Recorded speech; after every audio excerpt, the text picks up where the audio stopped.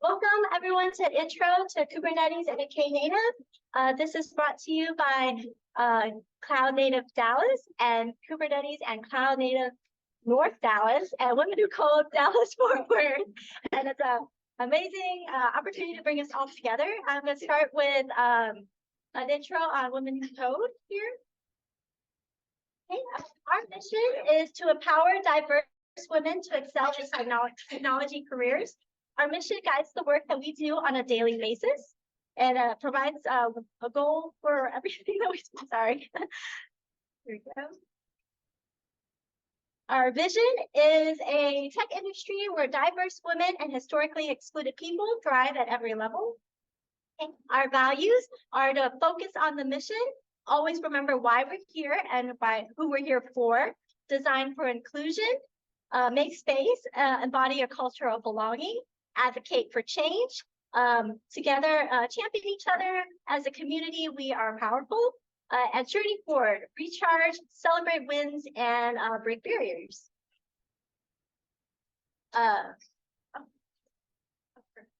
In 2011, we started as a small group in San Francisco, California, and since then we have grown to serve 343,000 members in 147 countries. This includes over 70 global networks, including 6 technical tracks and a career navigation track. Those technical tracks are blockchain, cloud data science, front-end mobile Python. And then our code of conduct, we are an inclusive community. So if any, that means we provide a safe space for anybody who attends our events. If anybody is feeling uncomfortable, please raise a concern with one of the organizers, or you can submit a complaint anonymously using the QR code on the slide. You could also read the full code of conduct also using that link. Media consent. We are recording the Zoom for tonight, and we are taking photos. If you do not want to be in any of those things, please let us know. We want to respect your privacy. Meet the Dallas Fort Worth leadership team. I am a senior director for the region, and Kubernetes that you met at the sign-in table is a director. We also have our wonderful volunteers for tonight. We have Linda in the back as chat moderator. We have Priyanka who will be speaking tonight. And we also have Daisy and Kubernetes that you met earlier. You can help our network thrive. So one of the ways is to attend an event. So thank you everyone who joined us in person and online. You can volunteer. We are always looking for volunteers to help out at our events. Or if your company would like to host us, we would appreciate that also. If volunteering does not pique your interest, you could also donate, as we are a nonprofit organization. You can engage in our community. We have a Slack channel, and you can follow us on social media. And if you want to speak, or you have like a topic you are passionate about, or you want to practice public speaking, let us know, and we'll set that up. All links are available in our link tree that will be provided in the chat, and you can use the QR code. Okay. Feedback. At the end of this event, we would really love it if you can share some feedback so we can always improve our events.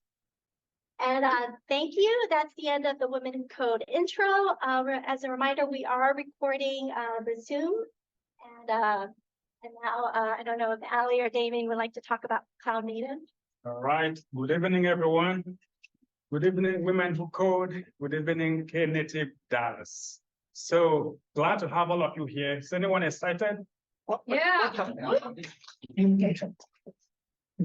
I was definitely really excited when we got the information that we're going to have a host event. So great thank you to Mars and Melissa who originated this idea. So we're glad to have everyone here, and I hope we're going to have a great night. We have 2 main presentations. One will be based on Kubernetes, kind of introducing it so that when we talk about Knative, people will understand, because Knative is built on Kubernetes. So apart from that, we'd like to acknowledge our sponsors. Earlier, we had Ibraham come here to speak from Dawn, but also cloud technology experts, the organizer of Cloud Native Dallas. We've been doing this since 2016, 17. So it's a long running meetup, and we always come here to have fun and Glad to see all our members here tonight. Also, we have another sponsor called JFrog. They pay all the middle annual fee, so we don't have to worry about that. So just like Melissa said, we're always looking for people, always looking for presenters. If you want to practice your public speaking, if you just want to share some technical ideas that you know at your place of work, we're always open. So please feel free to get in touch. If you're a women in code, you want to also be a member of our meetup, we also welcome you. Please feel free to sign up, and we would love to have you here as well. Other than that, I'm going to leave the floor for the first presenter, and then after that, Ali here will come and I will join him on stage to do the second part of the presentation. So again, thanks for coming, and I hope you have a great evening. I'm glad to thank you, Damian. And I'm going to present our first speaker. This is Priyanka Koppula. Priyanka has almost a decade of experience as a software engineer, demonstrating her versatility across a spectrum of technologies. Her journey began as a back-end developer, specializing in Java and Spring Boot, before she began a transition towards DevOps and cloud engineering roles. Presently, she holds the position of senior cloud software engineer, collaborating with teams to migrate and utilize the AWS services and the cloud. Her future goal is to become a solutions architect and help curate development paths for various applications.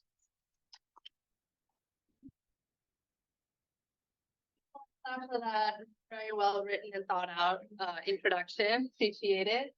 So I will start off tonight's presentations with just a brief intro about Kubernetes. So if you haven't had any exposure to it prior to today, you'll get a little bit of basics down before Ali and Damian dive into it for Knative.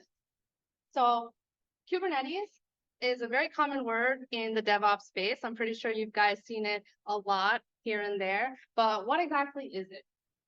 Kubernetes is also known as K8, is a open source system for automating deployment, scaling, and management of containerized applications. But what are containerized applications? Before we can really deep dive into Kubernetes itself, we must really understand what containerized applications are.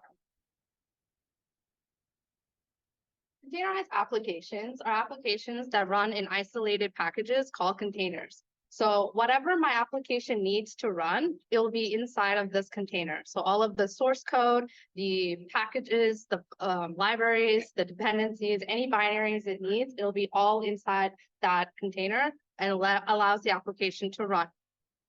Now, why are containerized applications such a big deal?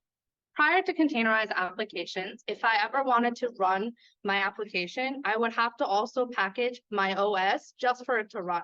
So this would mean if I were to build my application on a Windows machine, I would have to package up that Windows OS along with my application for it to be able to run on a separate machine, such as Mac.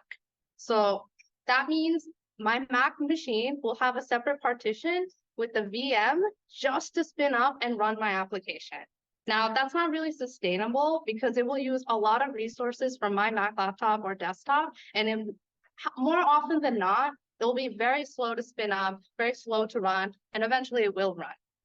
So a lot of people in the industry have pivoted to containerized applications because they're lightweight, they're decoupled from the OS. I just have to deploy this to a cloud server or cloud provider, and it will be able to run it without having to configure anything on my laptop. So I'm configuring this, deploying my containerized applications, I'm manually doing this, and if I have more traffic, I have to scale it up, I have to manage it, and that gets really, really tedious. So what we have is orchestration tools. So basically, container orchestration tools are present and available to help take this process and make it more automated and easier for the user. So all I have to focus on is creating my application. I don't have to worry about the management of it. And that brings us back to Kubernetes. Kubernetes is one of the leading container orchestration tools out there. And today we're going to be looking into more of the deployment and scaling of it. But before we can do that, we must first understand the architecture of a Kubernetes cluster. So as you can see here, there are two main components of a Kubernetes cluster. You have the master node, and you also have the worker node. master node handles all the administrative tasks and is the first entry point into the cluster itself. It is the one that tells the entire cluster what to do and how to maintain it, and basically manages it all. The worker nodes are basically the server that actually run your application inside of it. So let's take a deep dive into each individual component, starting with the master node. The master node has 4 main components: the API server, the scheduler, the control manager, and the etcd. The API server is like the brains of the entire master node and overall cluster. It is the entry point of where all the requests comes in, and it will take a look at the requests that are coming in and validate them before it executes them. It also verifies the pod specs for individual objects coming in to make sure everything is running healthily and always in tip-top shape. Once the API server validates the incoming request, it points it off and pushes it off to the scheduler. The scheduler makes sure that any requests coming in have the proper resources to be actually run. It handles all the worker nodes and knows at any given point which worker nodes have which capacity and resources available to execute the requests that are coming in. So once the scheduler gets the request from the API server saying, hey, I need these resources, where can I go? It'll push it to the corresponding worker node that has the bandwidth to do so. Next, we come to the control manager. The control manager focuses on particular resources, or at least one at a time, and it makes sure that the incoming request that has a specific desired state for that resource is in line with what is actually running on the cluster. So, for example, Kubernetes comes out of the box with a job task controller.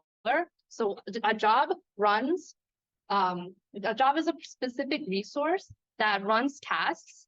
And if any given moment, the API server comes in and says, hey, I need to have 2 pods to run this new task that I want, the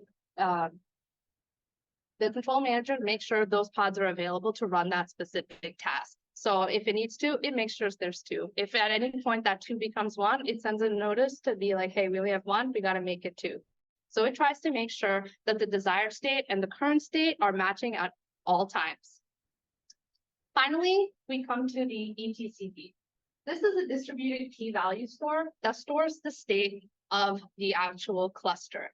So the benefit of this is that if at any point my master node goes down, I could have another backup master, either in an active state, just working in parallel, or just in a dormant state. So if my main master node fails, the other master node can pick up the information from the etcd to get the cluster state, and it will act as the new master and make sure that everything is still working in tip-top shape. Because if you don't have the master node, the cluster kind of falls apart because it tells the worker node what it needs to do. Just one other point before we move from the etc, it also holds the configuration details of like the subnets and just config maps in general. Now, once we move away from the master, we come into the worker nodes. The worker nodes have 3 main components, which are the container runtime, the kubelet, and the kube proxy. The container runtime is pretty self-explanatory. It makes sure that it has everything it needs to run and maintain the lifecycle of the entire worker node itself. Then we come to the kubelet. The kubelet is an agent that runs on the worker nodes, and it constantly makes sure that the containers are always healthy and running. It does so by making sure the pod specs that come in from the API server are up to speed with what it needs to maintain a healthy state. If at any time that it's not in a healthy state, it does what it needs to bring it back into a ready state by performing container and image operations. Finally, we come to the kube proxy. Each worker node has a kube proxy installed onto it. It makes sure that the routes are set up to go into the pod. So if an incoming request comes in, the API server creates endpoints to be able to then route into the existing worker pods where the application runs. So it constantly listens to the API server to see if new endpoints are created or destroyed and updates the routes accordingly to make sure that the application is able to be reached and working as expected. Now, Next, we come to deployment. I know I've said the word pods a lot.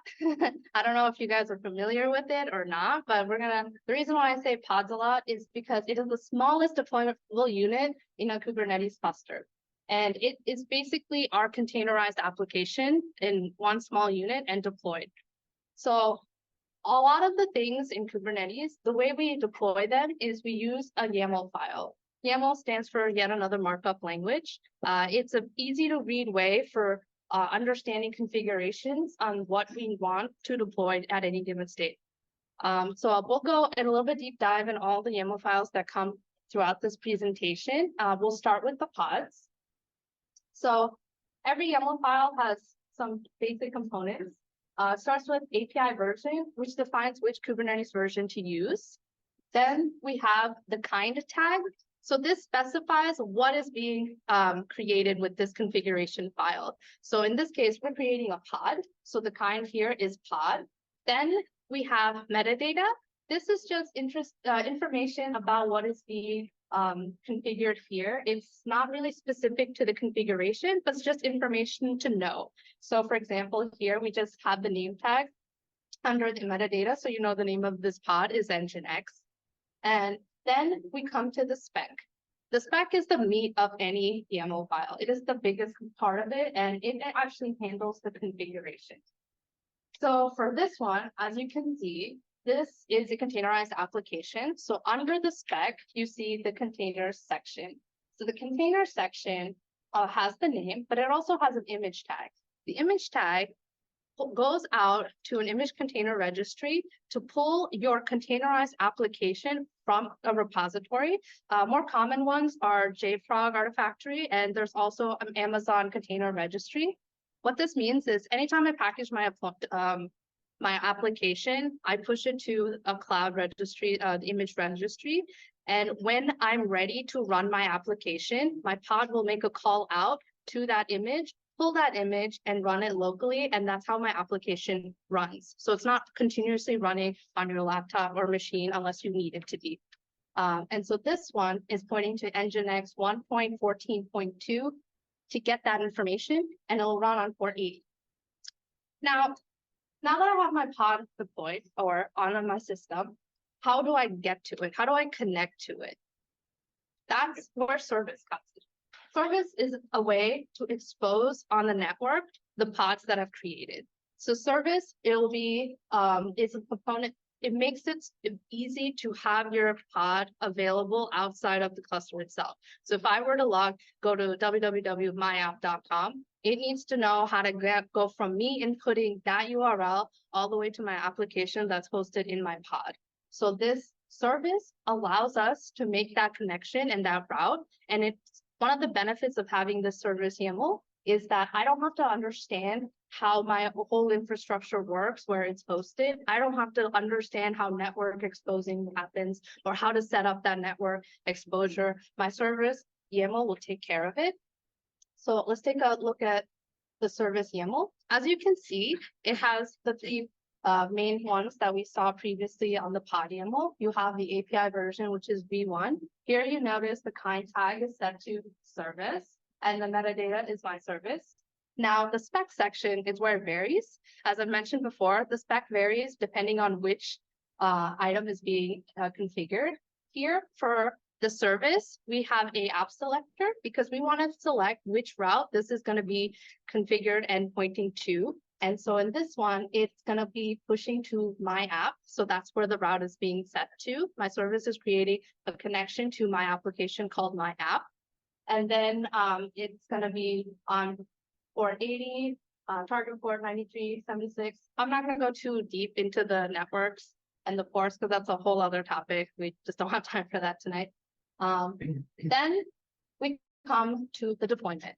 Deployment is basically managing all of those pods and controlling them and being able to see it all in one space and configuring them that way.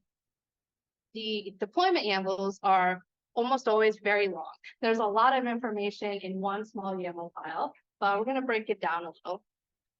First, we have obviously the API version and the kind tag here is deployment. As you can see here in the metadata, there's a lot more information. So you have you understand what this deployment file is doing. So this one, the name is the Nginx deployment, the label app Nginx. So it's letting you know that it's deploying this application called Nginx. Now we come to the spec. As you can see, there's two different sections, but why are there two different spec sections? So the main section, the one that you first hit, is in conjunction with the deployment YAML itself.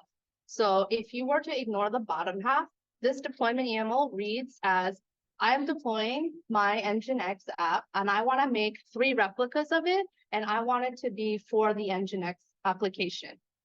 Now, your deployment application is going to be like, okay, I need to make 3 Nginx applications running and have 3 replicas of it. How do I do that? I need to pull that image. So then you have the embedded spec template that will know how to pull that Nginx image and deploy it, and so that you have 3 replicas.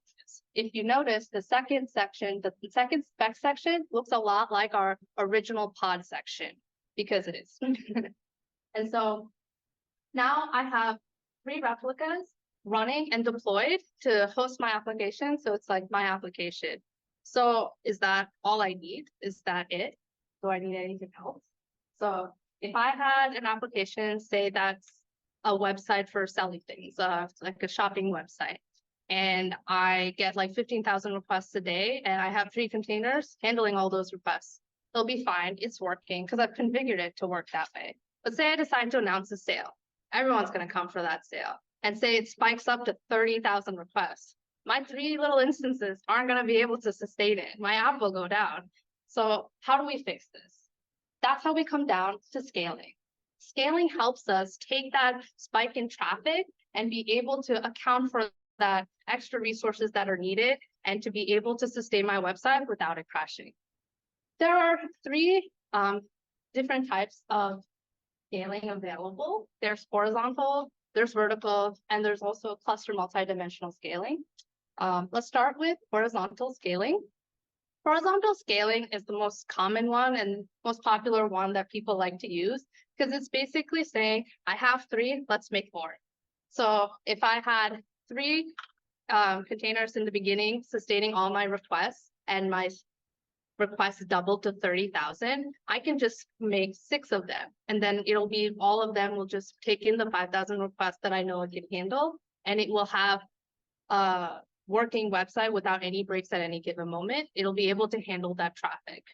So it's just increasing the number of containers based on the requests and the traffic that's coming in. And also, once that sale is over, I can also decrease it and get back to like 3 at a time as per my original deployment. Another way to do it is vertical scaling. Instead of increasing the instances, I just increase the size of it. So if I had my original 3 containers only able to take in 5,000 requests, I can configure my memory and my RAM to be able to take 10,000 at a time. So now I have increased the size of each individual containers to be able to account for that spike in traffic that way. Finally, we come to cluster multidimensional scaling. I'll start with multidimensional first. It is a combination of using vertical and horizontal scaling at the same time to make sure that there are no idle resources at any given moment. For example, if I were to have 3 containers and I decided to scale them out horizontally and I have 6, but my traffic was spread out enough that the 30,000 that I only ended up using like 4. Now I have 2 containers just sitting there, not really being used or doing anything. So it's just a waste of resources. I'm paying for resources that just aren't doing anything. So what it will do, it will scale it back down to like 4. And then it will also increase the size of them so that in the event there's a little bit of a spike, it'll increase the size of the instances of my containers vertically so that it will account for any spike of traffic coming in without having to have so many different containers. This is a method usually used to make sure that all my pieces, all my containers are running optimally without any wasted resources. Now coming to cluster. Cluster is usually works in tandem with any cloud provider that you've deployed to. For example, AWS, it looks for metrics before it makes any scaling decisions. So for AWS, there are CloudWatch metrics that are available. for your pods and your containers, and it looks at CPU usage, memory usage, and anytime you have set a limit, say I don't want my memory to be more than 80% used, I can set a CloudWatch alarm on that and say, hey, if any of my pods are more than 90 or 80% utilization, scale them up. So I can either scale them up horizontally or vertically, and that scaling policy will make sure to be activated whenever those alarms go off. Also, you can also set it so if my utilization is less than 25, I want to scale it back down. I don't want resources out there that are not doing anything. So in conjunction with the cloud provider, the scaling happens based on the CloudWatch alarms or rules set up by them. So just to quickly recap, I know there was a lot of information there. From an architectural standpoint, the master node handles all of the incoming requests and makes sure that the cluster is working as expected. And the worker node makes sure everything is executing and has its resources to run the applications. Then we have the deployment, which is done via YAML files, which is mostly done for deployment, services, pods, and that's how you get everything up and running. And then finally, we just went over scaling, which would be horizontal, vertical, cluster, multi-dimensional. And now I'll give it over to Ali and Damian to talk about Knative. Thank you. Thanks for joining. Thanks for Women Who Code joining us. I'm Ali Ibrahim. I usually co-organize with Damian the meetups here every month. And our meetup group has also some women. So we would like to increase it and see more interesting. So we're glad that you're joining us this day today. So my name is Ali Ibrahim. I'm a solutions architect. So I'm kind of coming from Priyanka's future. She wants to be a solutions architect. Yeah. I worked for AWS, for Red Hat, for Exxon. Been working in Kubernetes from 2017. And just try to speak more about myself, but I'll give more than Damian, and then we can. All right, my name is Dr. Damian Igbe. I've actually been with Kubernetes almost from day one. I was at Hong Kong when, I used to train on OpenStack. So I was there when Docker was coming to replace OpenStack, and I saw how sad everybody was. So since then, things have moved on to Kubernetes, and so it was kind of natural for me to stay along in Kubernetes. So yeah, I've been exploring it for some time now, but for today's presentation, we'll be talking mostly about Knative. He will be the main presenter. I will only say something when I have to say something. So you will save me when I talk. Not really. So yeah, give the floor to Ali, and I hope you enjoy the presentation. Okay, so quick intro since I didn't do the intro. Well, so I came from development background. It's showing here solutions architect AWS. That's my latest job, but I left AWS. Any job opportunities, I'm up for it. Don't go for the solutions architect. As I mentioned, I worked for Red Hat, for Exxon, for Oracle. I have a bachelor in computer science and master's in machine learning. But I started as a developer, worked in development, operations, automation. So kind of it took all the kind of application lifecycle, worked through it. I speak in meetups and conferences. I like to speak about Kubernetes automation, which is any DevOps, DevSecOps, GitOps, any ops thing. I like also speak about streaming, serverless applications, and analytics, and development, of course, like basically. And please feel free to connect with me. Today we'll speak about Knative. So Priyanka gave a very good layout for Kubernetes, how it works. And probably from what she showed you, I'll try to tell you that Knative come to fix a lot of what we saw about Kubernetes. So first, what is Knative? It's an open source project. It started from by Google and Red Hat and Pivotal and SAP. So they started it. Google has put a lot of effort in Knative, and a lot of the functions running on Google Cloud is based on Knative. If it's not using the same exact code, so it's based. It got added to the CNCF, and CNCF is the organization that holds all the cloud native projects, open source. It's a nonprofit organization, I think so. So it got incubated as an incubating project in 2022, so lately. But it's been on before joining as an incubating project, it's been there, I think, from 2018, 17, something like that. The main reason for Knative is what Priyanka showed you. So there was a lot of YAMLs, a lot of things, and we wanted to make the developer experience better. Developers are usually not very familiar with Kubernetes, don't like it that much. There is a lot of other things that we need to learn. So how we can make their life easier and to deal with Kubernetes easier, especially containers are booming, a lot of applications going to containers. So how can we do that? The other thing that was very famous about Knative, which kind of hurt it then benefited, is like allowing it with scaling to zero. Because at that time, people started to compare Knative with Lambdas or with cloud functions or with whatever other serverless frameworks available out there. And they just tried to put it in that corner, which would be very difficult because Lambda was exploding, a lot of people are using it. So why do I need to do that on Kubernetes? But it has that ability, so it can scale up to zero, and we'll see that in the demo later. The main components of Knative is serving, or not, like the three components of serving, eventing, and lately they added functions. We'll speak about each one of them, but you can think of serving as just adding more scaling and more deployment features to the normal Kubernetes deployments. Eventing is more of a unified messaging platform on Kubernetes, and functions is functions. So it's like Lambda. You'll see it's very, very similar to Lambda or Cloud Functions or anything like that. There was a fourth part for Knative when they started it. In the beginning, there was Knative build, and it was mainly around building how to build your containers, because developers will build, write their code, and they want to build and containerize their application. And people usually use Jenkins, use other stuff, and they wanted to make things that runs natively on Kubernetes.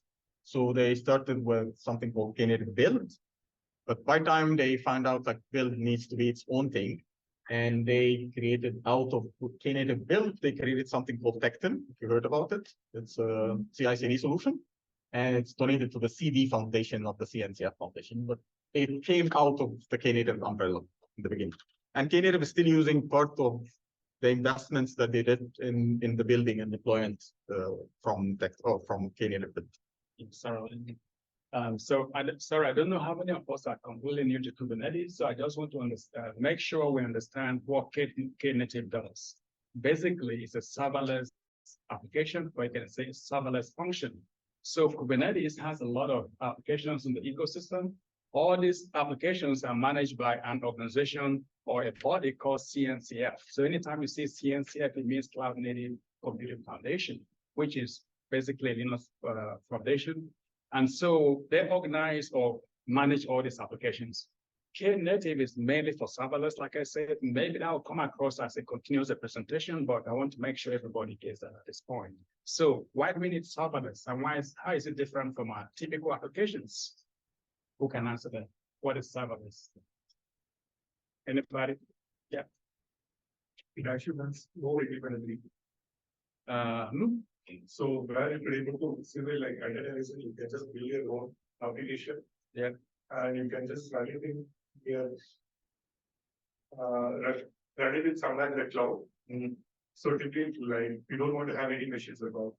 Right. So it will be provision. So it will be provision as a service. All the machines will be provision as a service. Okay. And you can just push it up. Yeah. And you can just get into the service. Yeah. Okay. Very One of the best example is Alex. Alex, you say here Alexa serverless or container comes up, it does the work and it gives the information back, and then you can file it basically. Okay. All right. Yeah. Very good. So our typical applications, our typical microservices, they run 24/7. For example, if you run virtual machines like EC2 and AWS, they run 24/7. Serverless run on demand. Only when you need them do they come up. So one of the major advantages of using serverless is you save a lot of money, okay? Because if no one needs it, it doesn't run. It can run for 1 hour. If that is the time someone needs it, it can run for 20 hours. If that is the only time someone is using it. But overall, it can save you a lot of money. It also is very good for scaling. And also it helps developers, they don't have to worry about the backend because you write just your code and Knative will help you deploy. So Knative will basically create the image, and I think you will have some demos on that. If you create the image, deploy the application, and you don't worry about the infrastructure. So from that perspective, serverless is well adopted, okay, in the cloud native environment. So you may have heard of things like Lambda, which is very famous in AWS. When Lambda came, it means that people can save a lot of money instead of using EC2. They can basically use Lambda functions. So like you said, Knative came for people using Kubernetes environment so they can deploy their serverless. Like any advantage of Kubernetes, another huge advantage of Knative is that you can use it on any cloud environment or on any platform, on premises, cloud, edge, doesn't matter where you want to use it. It makes the platform to be interoperable. Thank you. Thanks. That made my life easier. Next slide is probably our speaks about something similar. So Kubernetes, Priyanka gave us already some good overview, but we saw a lot of YAML. How many of you know YAML? Right, YAML? Okay, great. So we saw a lot of YAML. Not all developers are very in a good relationship with YAML. Some of them like it, some of them they don't. It has limited deployment patterns. So yes, you can deploy. Yes, when your deployment will fail, it will start it again. Kubernetes is very good in scheduling pods and putting nowhere to put each pod on which node and how, when it's down, it spin up a new one. But what if I have a new feature and I want maybe to just split the traffic, maybe give specific kind of canary deployments or blue-green deployments? You can still do that with Kubernetes, but it's not native. Like you need to do something on your own to try to achieve that. So it has limited deployment patterns. And all the scaling part that Priyanka showed us, the horizontal scaling, the vertical scaling, even the cluster scaling, it's all based on resources, CPU and memory. And some of our applications or some applications take care more, especially from the developer's perspective, they care more about the requests more than the resources. Yes, they care about the resources, of course, but they want scale maybe based on the number of messages or the number of requests that they make. So this is something that Kubernetes has. So Knative come to let you only run your code when you need it, like Damian mentioned.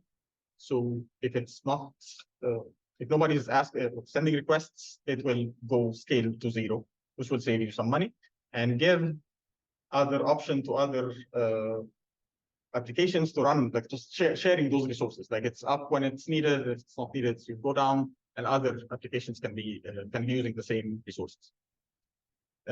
It gives better developer experience, so you can, and you will see me not writing any of it. So you can build, deploy, or maybe just configure things without writing any of it. Comes with a CLI, and we'll see that thing. It builds kind of a decoupled architecture. So if you want to have, specifically in eventing, you want to build an application that sends to a messaging bus, you don't need to really care about the underlying message bus. So and I'll show you the next slides. It builds some abstract components that it builds on. What is how we expect to send the events, how we expect the bus to look like, how we expect the sync of the message to look like the receiving part. And from the developer perspective, they don't need to see, oh, now I need to send it to Kafka versus sending it to RabbitMQ versus sending it to something else. They will just send it, and the configuration of the message bus, it's just one implementation. So it abstracts all these methods. And it's decoupled, so you don't need to know what is your syncs or where you will be sending things ahead of time. You can just, people who will send the event sources, code the event sources can write them on their own. People who are writing the event consumers or the syncs write them on their own. They don't need, it's kind of decoupled. And it's portable, of course, because you're building this using Knative on itself, running on Kubernetes, and Kubernetes can run anywhere, on-prem, AWS, Azure, Google, Oracle, whatever cloud provider you have. So it's portable. You can build the same thing and move it everywhere. If you're using Lambda, probably you need to change things a little bit to use cloud functions. So specifically the integrations, maybe not the code much, but the integrations.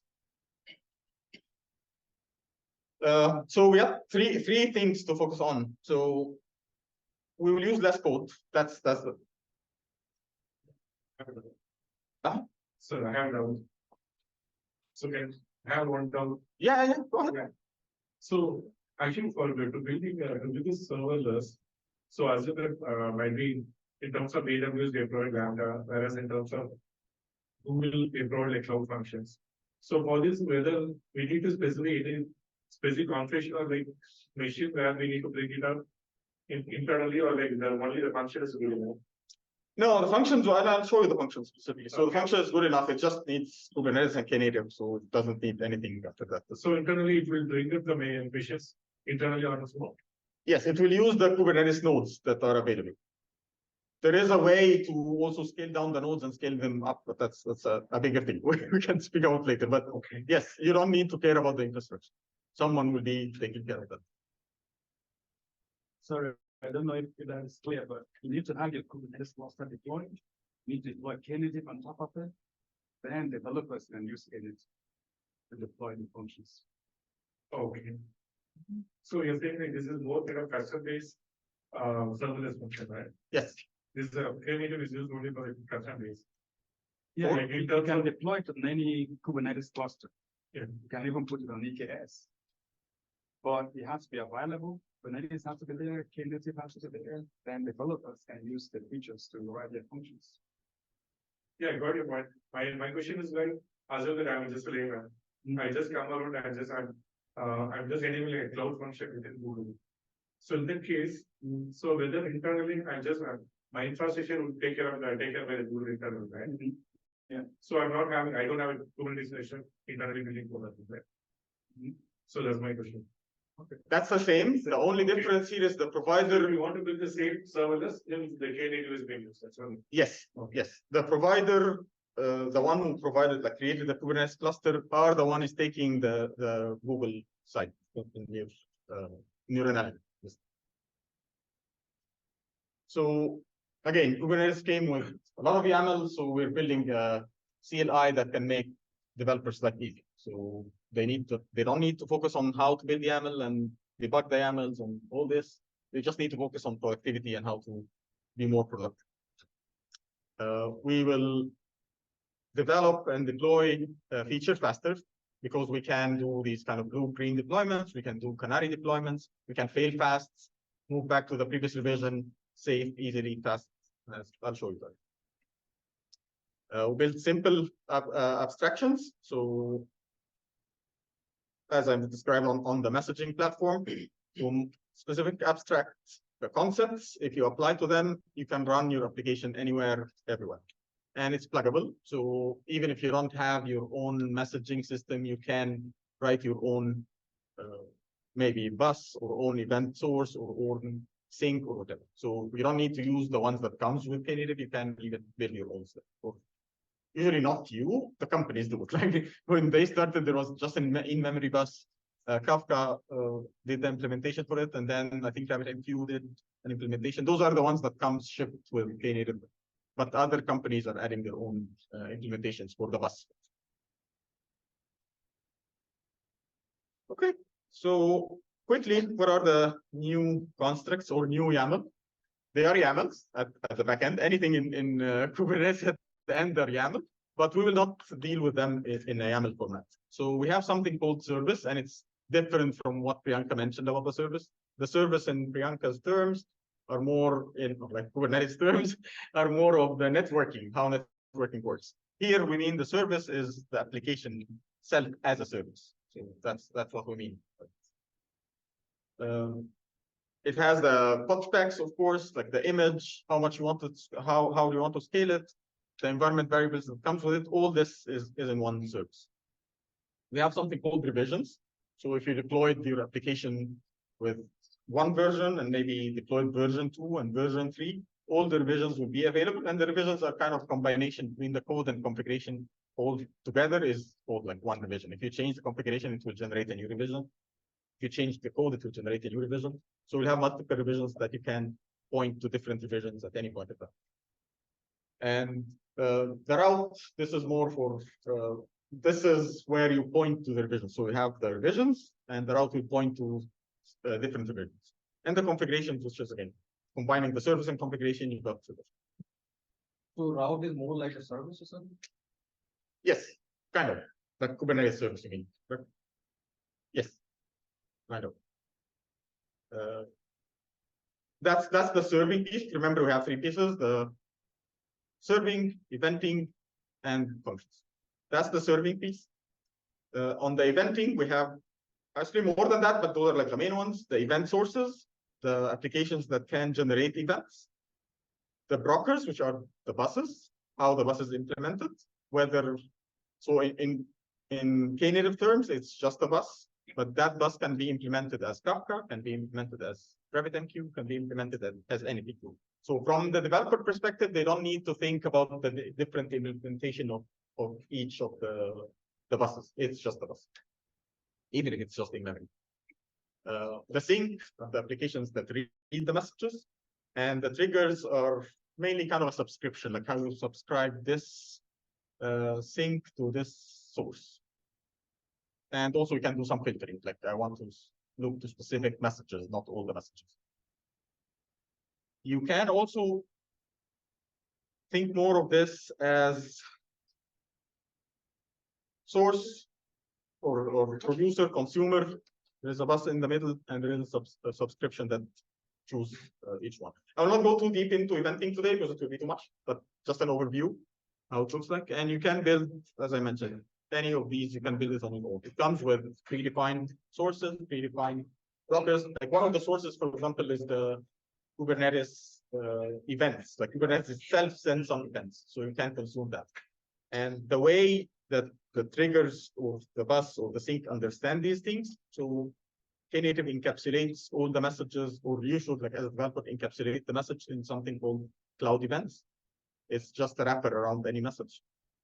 And with that cloud event, you can define maybe the source of the message, any other metadata that you want to do, and you can filter based on those metadata. I don't need you to think too much in eventing because I'm not going to do a demo on eventing today. I'm just giving an overview. So I know it's too much deep. Yeah, but go ahead. So whether we were able to achieve the real-time streaming of data, Sorry? the real-time streaming. Yes, that works with real-time streaming. Yes. So we can just apply the use case, we can just modify it, we can just customize it. Correct. Correct. So I did a demo eventing here in this group before. And the implementation, like the broker was just a broker, like the event source will send to the broker. And I changed the broker from Kafka to RabbitMQ. For the developer, they didn't care. They just send the message. And the broker will read the message. And the implementation is already developed. So you don't need to think about how to connect to RabbitMQ, how to connect to Kafka, how to maintain Kafka. That's the job of the administrator of the cluster, not the job of the developer. So it abstracts those things. Functions are the newest one, and it's much easier, much simpler, and it's much closer to the developer because probably people become more familiar with Lambdas and Knative and cloud functions and those things. So it's a very great example how you can build Kubernetes platform that is filled with developer experience, enhanced developer experience. Okay, or maybe leave the questions later. What do you want? Any questions on this? I'll just show you the scenario that we'll go through. Any questions? So whether we could able to develop the lightweight application or like pretty harder one. So feel like what level of application we can do with the serverless. No, it can do with any size. It doesn't have, yeah, it doesn't have a limitation on the size. Say something like if I just want to have something like airflow scheduler, I just want to have an airflow gesture where I need to have Knative. So that is possible. Yeah, as much as you can. Are you speaking about eventing specifically or in general? I'm asking in general. It could be something as long as you can containerize it and you can put it on Kubernetes, you should be good. The info is not able to The size is like there's a trade-off. That's what I this one. Yeah. Because it will needs to be running all the time, right? The scheduler needs to be on. Yeah, that's the reason I asked. Yeah, It's basically, you will have a week between. yeah. But I think the main use cases with the microservices. Microservices. Yeah, it's mainly for the backends. Like you don't. I know Afro is not, but you don't try to put something like front end on Knative because you don't want your application to be up and down. Okay, so what we will do, I have a service, or actually I got that service, so it's an application, just very simple hello world application.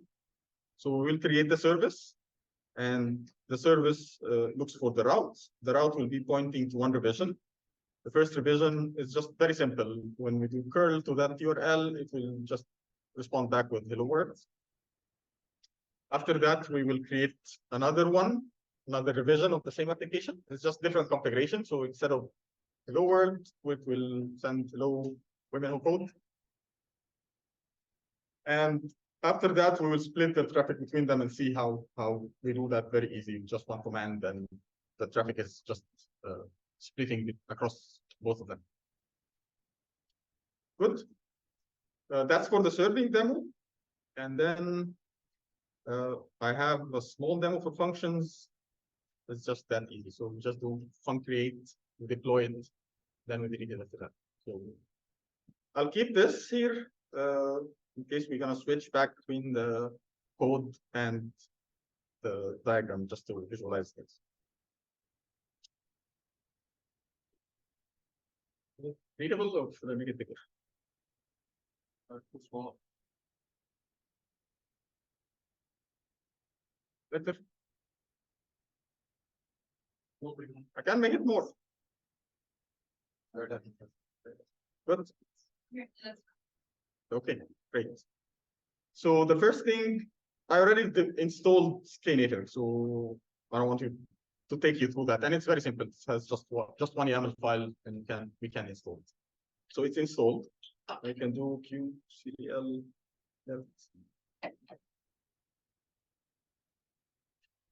So it's that Knative operator. And after installing the operator, I installed the serving part. You can install serving on its own separate and install eventing separate. You don't need to install functions. It comes with serving. So I installed the operator and I installed the Knative server. And I have built that demo namespace.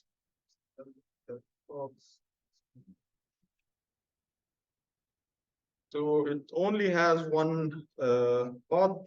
And this is just if I need to go into the pod and do something. Probably will not need it because I configured DNS. Hopefully it works well. We don't need to go and fix the DNS there. So the first thing is creating the search. So I told you we don't write any YAMLs, just the CLI. So the CLI of Knative is called KN. So KN. Show you up all the other options. Let me see if I can.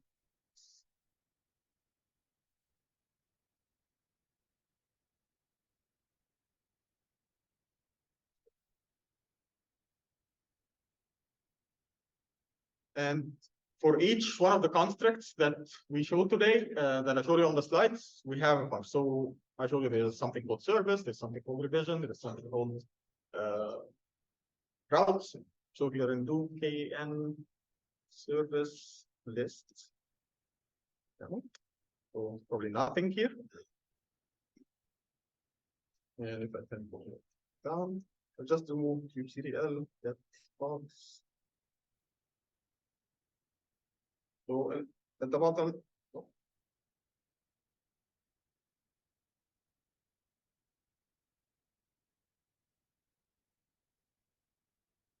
here we're just watching. If there is a new pod created, we will see it coming. So now let's create a new one. So kn service create, and I'll just get the image name, so I don't have to.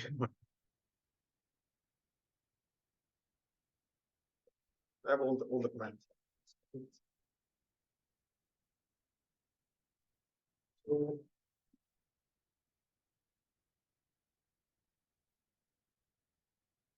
You can see here. So I'm creating kn service creating a new service with the image. This is the image name. We'll be running on port 8080, and the environment variable is word. So that this service is just very simple. It say hello and give the target should say hello, but so this is saying should say hello word.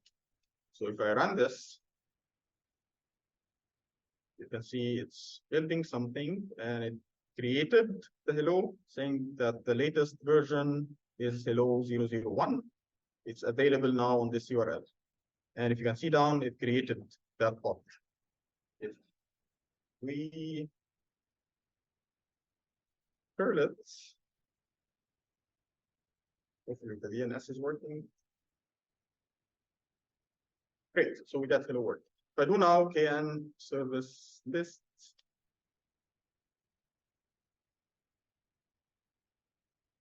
demo. So I have the service, it's called hello, that's the URL, and this is the latest version. If I check the same thing, but for revisions, well, I only have one revision from this service. So you can see that the revision is the name of the service and the number of the revision. So this is number 1, pointing to service hello, and it's taking 100% of the thread. Very good. If we leave it a little bit, maybe if you have a question, because you will see it's terminating now. So because it's serverless, so if it didn't take any request, then I think it takes 1 minute. But if you have any question during that, you can continue. So when you first created it, it instantiated the function and then actually executed it.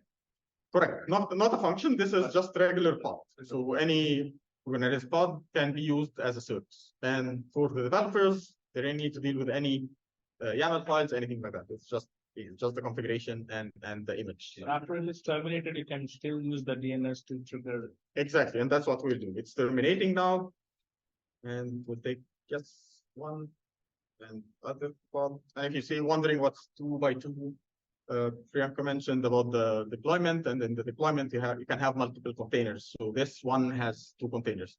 So now it's 0 out of 2, so it's done. If we go and curl it again, you will start seeing it coming live. I see creating, running. So yeah. Sure.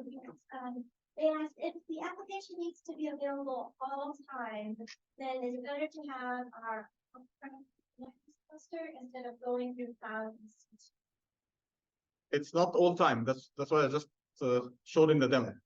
Just follow up if that's what the question is. So it's not running all the time. So it terminated and it came back when we run it. So it's not when it's down to 0 and it's getting to 0, it's not consuming any of the resources. And if you have any other application, that other application can make use of these resources. Is actually if I want to have front of the time over it. Yeah, you can. You can configure the minimum scaling to be 1. So it doesn't go to 0 or 2 or whatever. You can configure the minimum and maximum scaling of the service. Well, if you want your application. If you want to have it running all the time, is it better to be using the on-prem Kubernetes cluster? Yeah. Or to cloud EC2? Okay, so first we're speaking about Kubernetes, so it's on containers. So I would say yes, go with Kubernetes, unless it's just one application and one simple application. In that case, maybe you don't need to create a whole cluster just for one application. Doesn't make any sense. But and you don't even need to use EC2. You can just use ECS or use App Runner or something like that. So if it's just one application.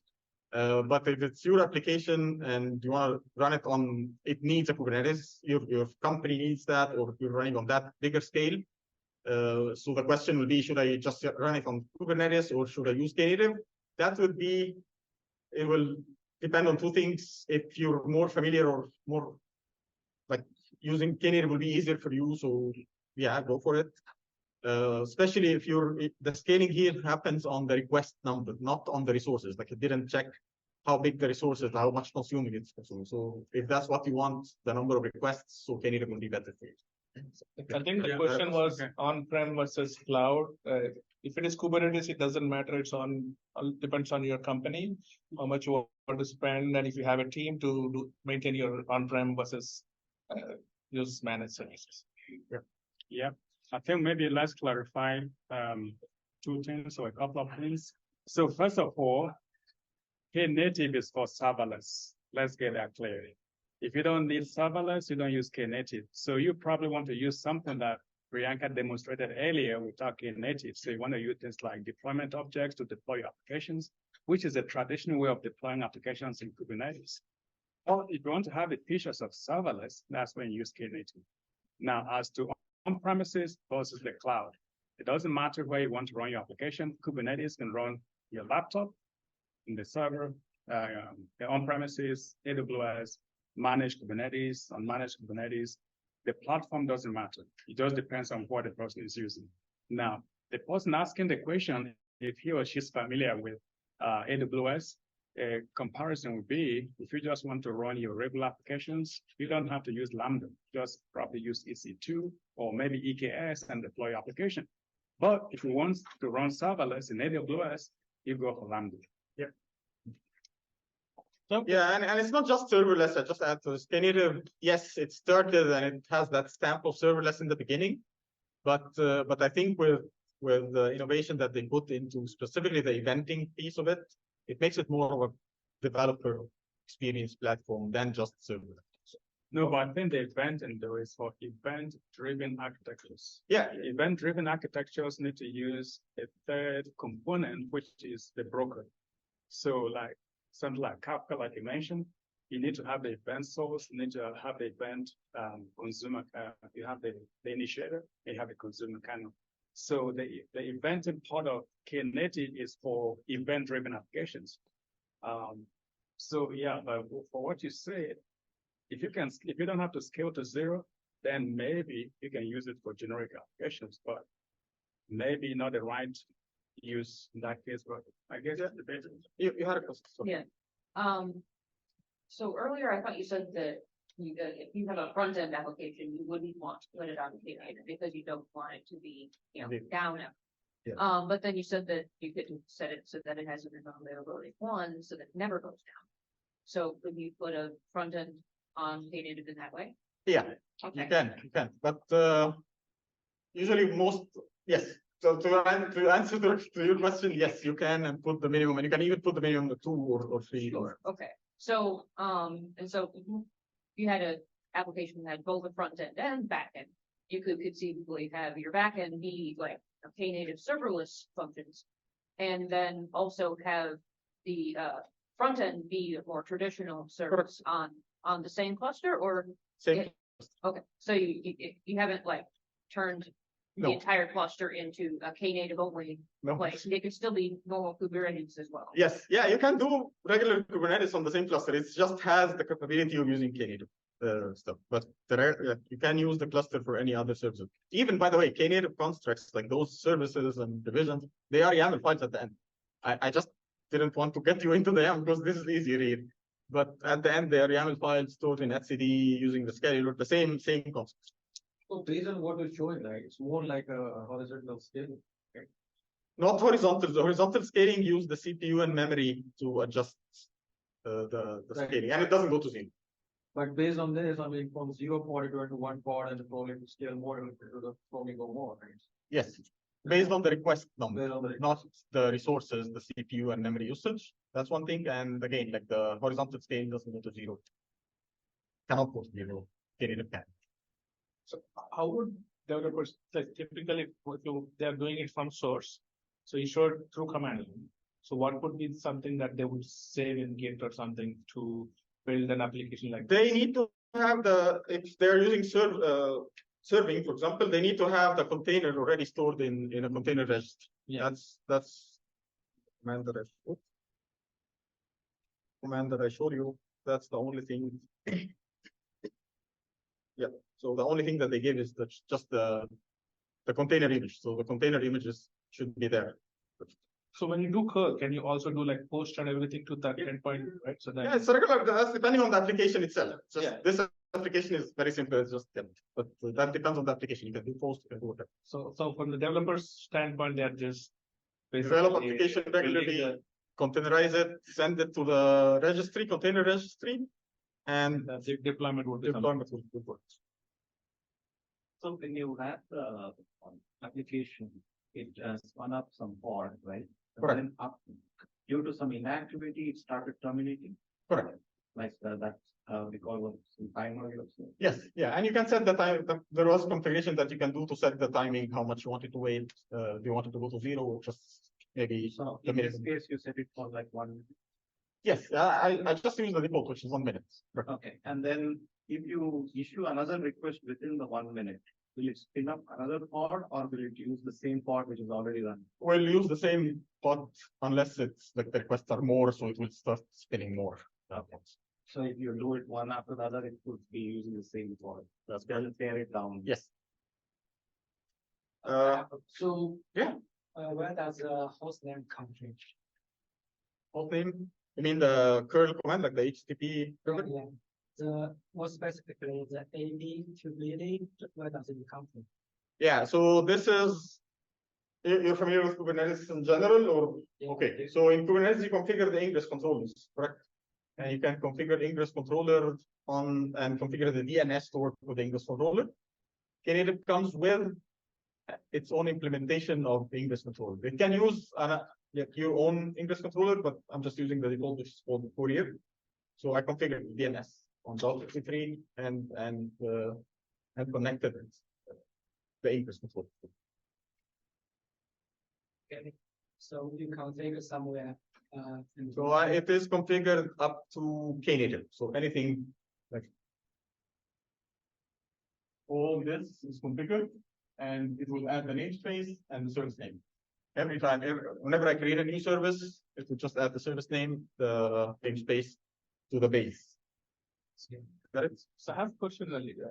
So when you said if you run within 1 minute, it's using the same container, then there is some security risk, right? If your application has some vulnerability, if there is a payload which runs before, and there is some bug, the next payload can read whatever is it's in memory or something like that.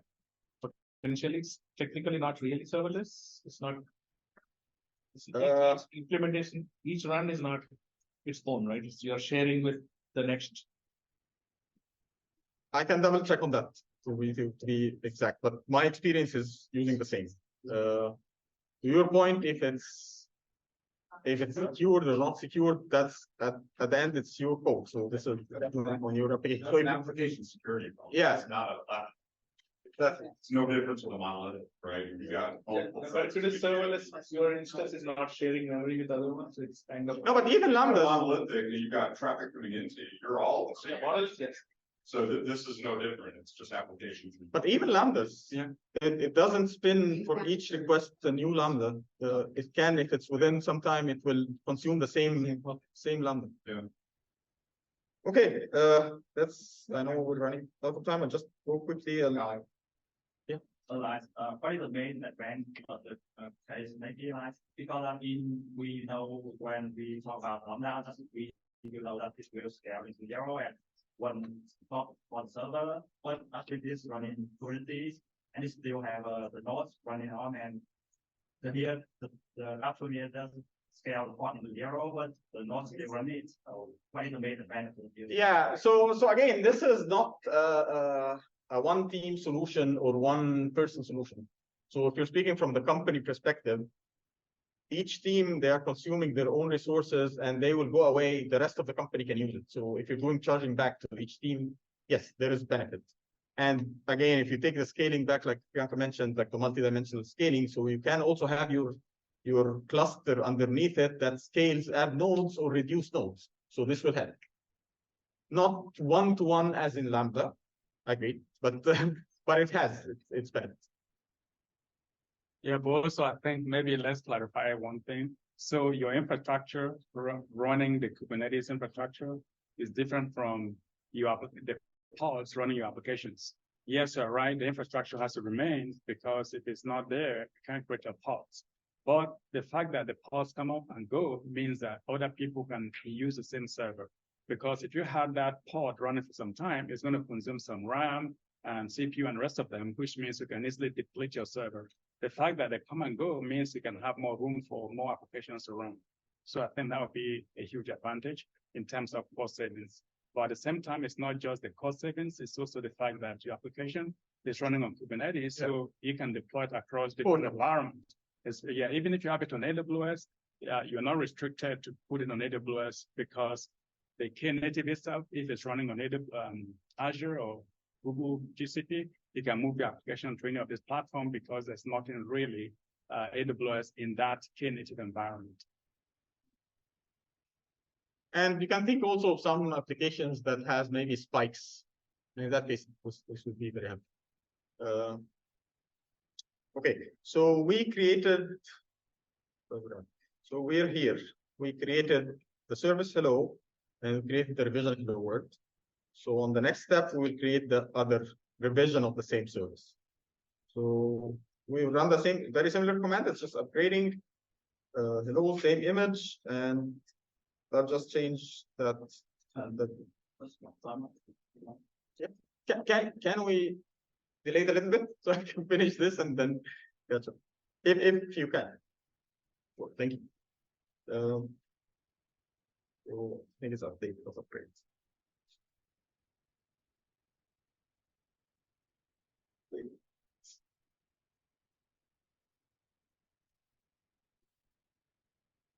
So you can see it's updating the service.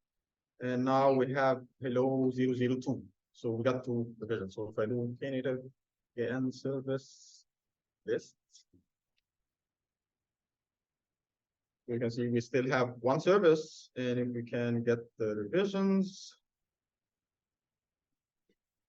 So now we have two revisions, 001, 002, and only two is taking 100% of the traffic. So if we now do that curl again, it's showing hello women who vote. 8, 2, 3, 4, it's using the same. Okay, so now we're in this stage. We go next and we will update, split the traffic. And that's the beauty that I can see if you want to do that kind of blue-green deployment or canary deployments. So we want to update your service to split the traffic. And open this thing, just let the command quickly.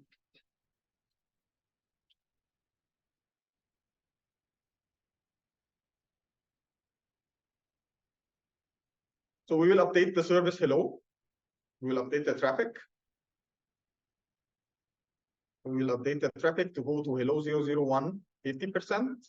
And we'll go to the latest, which is 002 in our case, 50%. And we'll run that.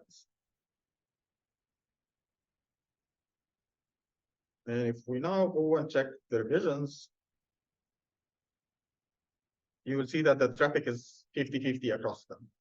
And if we do, just because always people ask me about this, it's not like 50%, meaning like one will be hello, one will be WWC, one will be hello. No, it's just probability will be 50%. So maybe two of them will be the same and the third will be something.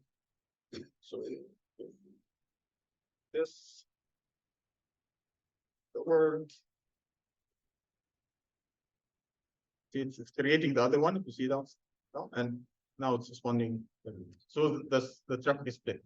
So if I'm creating version 1 or a new feature, version 1 of my application, version 2 of my application, I can directly switch the traffic, see if I'm getting errors or if it's working as the expected behavior. If something wrong, just one command that can flip the traffic back to the, like roll back to the old one. Very simple. Do we have, what time have we done? I want to show the functions. It's very quickly, so just try to. So one creates first. Because this is very close to the lambdas and things to work. Yeah. And I need to define the language. So saying, see, those all the languages come for Knative. So you can do it in Go, Node, whatever, Quarkus, Spring Boot, TypeScript. Do that. Okay, so that insurance. Let me give it a new name. Just delete it. Okay, so we created it. Let's see that we have now first. We go to that. You can see that I have index and package. If you're familiar with Node, this is kind of the Node application. And funcaml is just the configuration for the function. It is empty because new, running fast. But if I go over the index, you can see it's kind of similar to the lambdas and the things. It's just the handle function, and the handle function check the context and the body. And thinking case of the time, and this one is doing post and get, but in favor of time, I'll just keep it as is. And I can do deploy.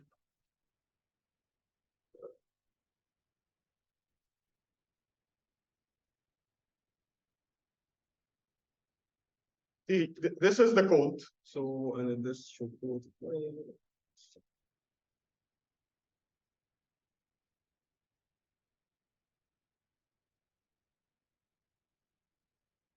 You can see the developer, this is similar to Lambda. So they just create the function as in Lambda, write the code, and there was no container or anything like that.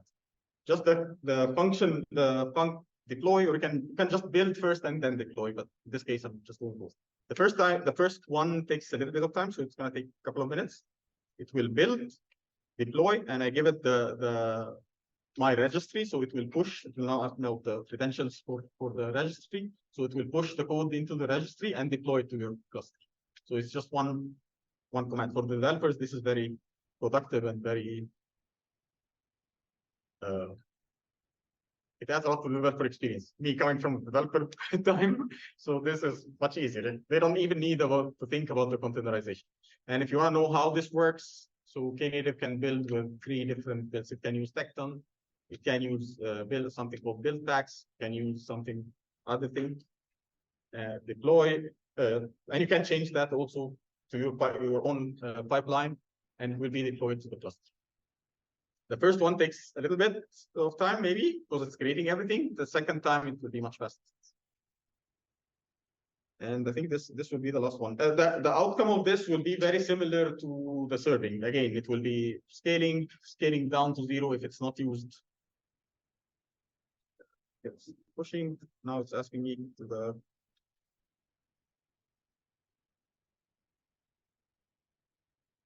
So it's pushing to the registry. And you can also configure that it doesn't ask you. I just want to show you the steps. Once it's pushed, it will deploy, and we can curl it and see. Yep, deploying to the cluster, it's creating down. So I did it multiple times, but you always think it's not gonna happen. So, so if we curl it, that function that we just created.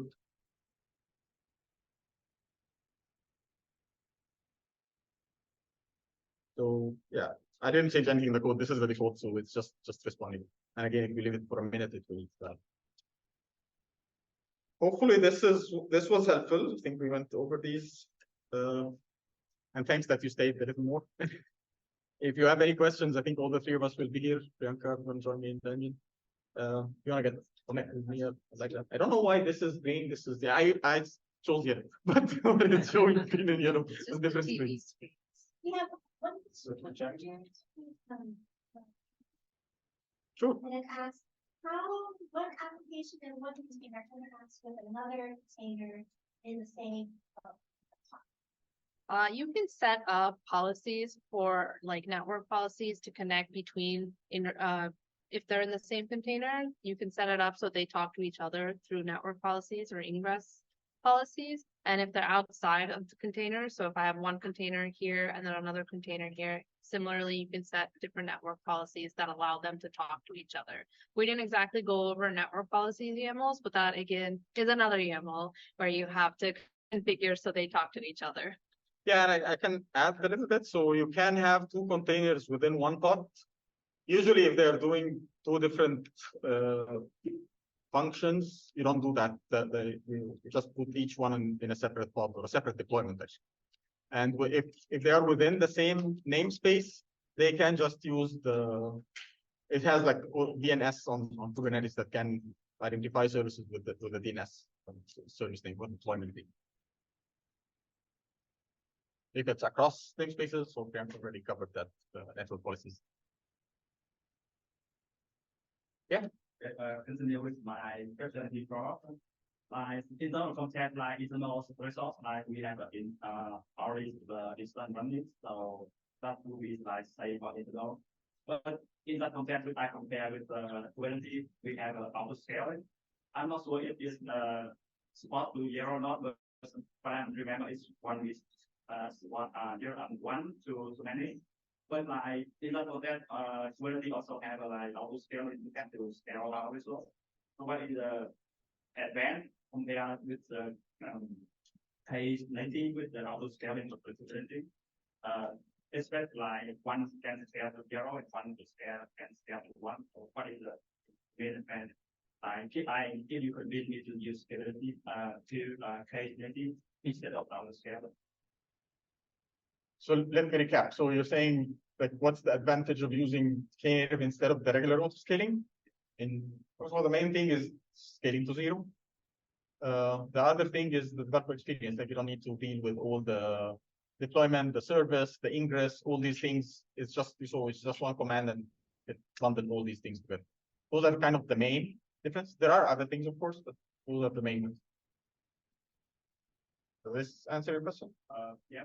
And just one more question. Yeah, sure. Regarding to like security that let's say like at the power, I believe that maybe Kubernetes should have that but with that one of like at the power, I see that when you create new service, is that automatically create publish URL to access it.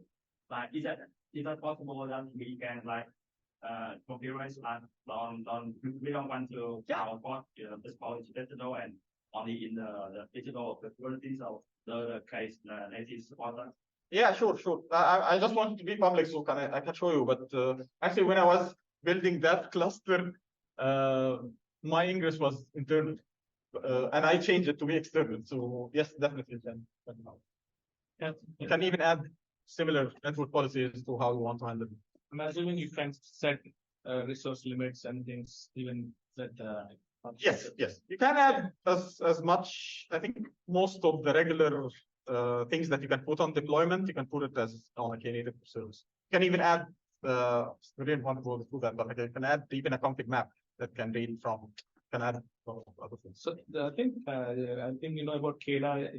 It would let it built on top of Knative. It took that. It's not using Knative, but it built on top of that. So because it's scaling based on the requests, and they just added more features. So it's not just the regular HTTP request. Now it can be message requests or maybe whatever. You need to find scale to 0 to yes. It's built on the same concept. Sure. Yeah. So just curious, how much is if I missed it earlier, how much is the scope of interoperability if you are already on like AWS or Azure? If you want to read the benefits of this open source. Yeah. The main thing if you're on AWS or Azure is probably you're writing your own functions to interact with AWS services. So maybe using Lambda to connect with DynamoDB or using Lambda to connect to any other AWS service. In this case, it will be, from the code perspective, yes, operable, but you need to handle also all the AWS credentials and all the AWS IAM features and all these things.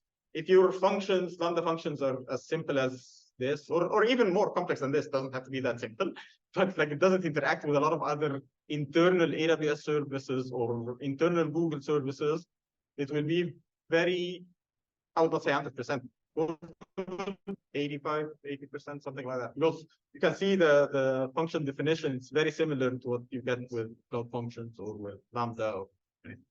So as long as it doesn't connect to something specific to the platform, this is where you get the best. And that's why also like the eventing piece that we didn't go too deep into is giving you even more portability because you can use the same constructs across the clouds and you can back those, maybe the broker, you can maybe back to them a state. Doesn't matter, doesn't know. Finally, I was like thinking if there's a scheme to like leave the cost benefits of this thing and the solo thing, you know, what's this lambda, you know? Yeah. Yeah, I think everything has pros and cons. I'm not saying Lambda is bad or this is good, perfect. No. And that's like usually it depends. Like when you assess that specific use case to see some of them maybe need to scale very fast, very quickly. And I think in that case, maybe Lambda would be easier. But if it's within your scope, that also can scale fast. And actually Lambda working with something very similar. It's creating something called box containers, or sandbox containers. So it's kind of a small VM and spin up. So it's very similar, but it's like you don't see that. It's just behind the scenes. Follow up on his question. Sorry. I just want to tell everybody thank you for joining us real quick, and thank you for all those joining us remotely. Have a good evening. I want to just have some just clap for Lisa. She did great job in organizing this. Great job in organizing and coordinating with criminal code, and we're very happy that we have criminal code. Hopefully we can collaborate again in the future. Be here. Thank you. Thanks, Melissa.